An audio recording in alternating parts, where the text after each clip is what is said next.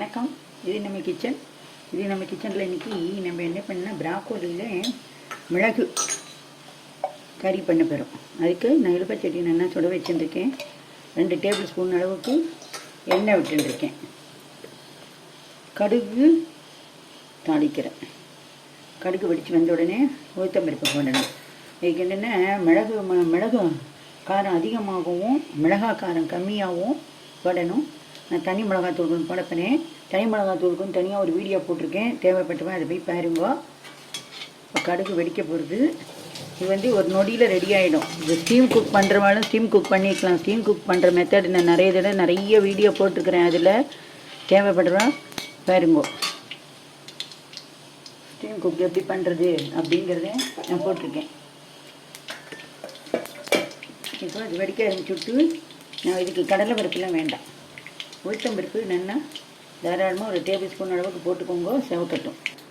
காலிஃப்ளவரை நல்லா க்ளீன் பண்ணிவிட்டு இந்த தண்டெல்லாம் எல்லாம் எடுத்துகிட்டு இலையெல்லாம் எடுத்துகிட்டு இதை எதை பிச்சு தனியாக அடம்பி வச்சுட்டு ஒரு நல்ல வாய் அகலமான பாத்திரத்தில் நல்லா நிறைய தண்ணி, காலிஃப்ளவர் ஒரு பங்குனா ஒரு 3 பங்கு அளவுக்கு தண்ணி வச்சு நல்லா கொதி வந்தேன்னா இல்லை கல் உப்பும் மஞ்சப்படியும் போட்டு நல்லா கொதிச்சதுக்கப்புறம் இந்த காலிஃப்ளவர் க்ளீன் பண்ணதையும் போட்டு நல்லா ஒரு கொதி விடணும்.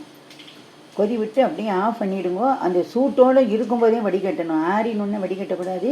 ஒரு அரை சூட்டில் இருக்கும்போதே வடிகட்டிட்டு அதுக்கப்புறமா இந்தமாதிரி நான் வடித்து எடுத்து வச்சுட்டுருக்கேன். இப்போ நம்ம உளுத்தம்பருப்பு வறுபட்டு எடுத்து நான் என்ன பண்ணுறேன், இந்த ஸ்டீம் குக் பண்ண இல்லையா இதை இதில் போட்டுவிட்டேன்.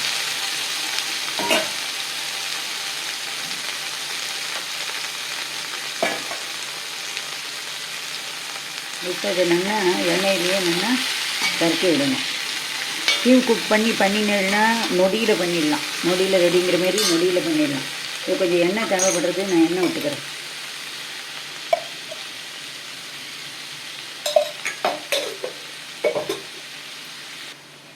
நான் இப்போ இதுக்கு மஞ்சப்பொடி போட போகிறேன்.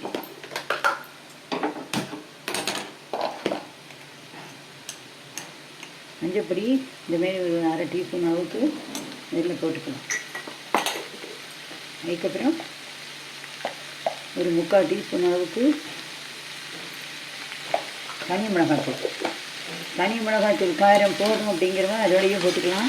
இருந்தாலும் இதுக்கு மிளகு பொடியும் தேவை. நான் இறக்கி வச்சுட்டேன். மிளகு பொடியை போட போகிறேன். காரணம் என்ன அப்படின்னா, நான் மிளகை வறுத்துட்டு நல்லா கோஸாக ஒரு கோஸ் பவுடராக மிக்சியில் அரைச்சி வச்சுட்டுருக்கேன். மிளகை வறுத்துட்டு ஆறினதுக்கப்புறமா கோஸ் பவுடர் ஆக்கணும்.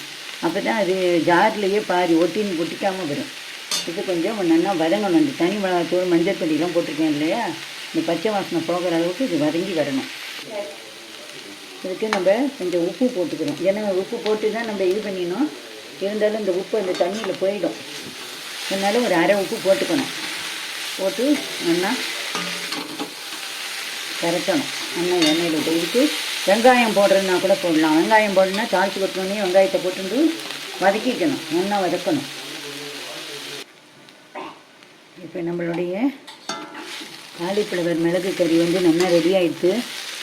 இன்னும் எண்ணெய் தேவைப்படுறவங்க எண்ணெய் விட்டுக்கலாம். அந்தமாரி மிளகை வறுத்து ஆறின உடனே பவுடர் பண்ணி வச்சுட்டேனாக்க நமக்கு தேவைப்படும்போது யூஸ் பண்ணிடலாம். அப்போ மிளகை போட்டுட்டு வறுக்கணுங்கிற அவசியம் கிடையாது. ஏன்னா இது வறுத்த மிளகுங்கிறதுனால இப்படியே தூவிட்டு ஒரு சைண்டு வச்சுட்டு இறக்கிடலாம். இது ஹெல்த்துக்கு ரொம்ப நல்லது.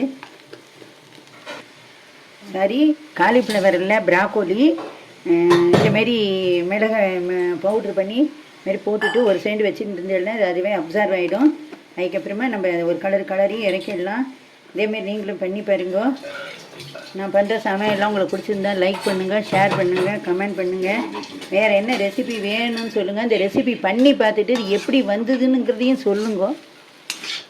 அவ்வளோதான். இதை இப்போ நான் ஒரு சர்விங் பவுலுக்கு மாற்றிடுறேன். நன்றி, வணக்கம்.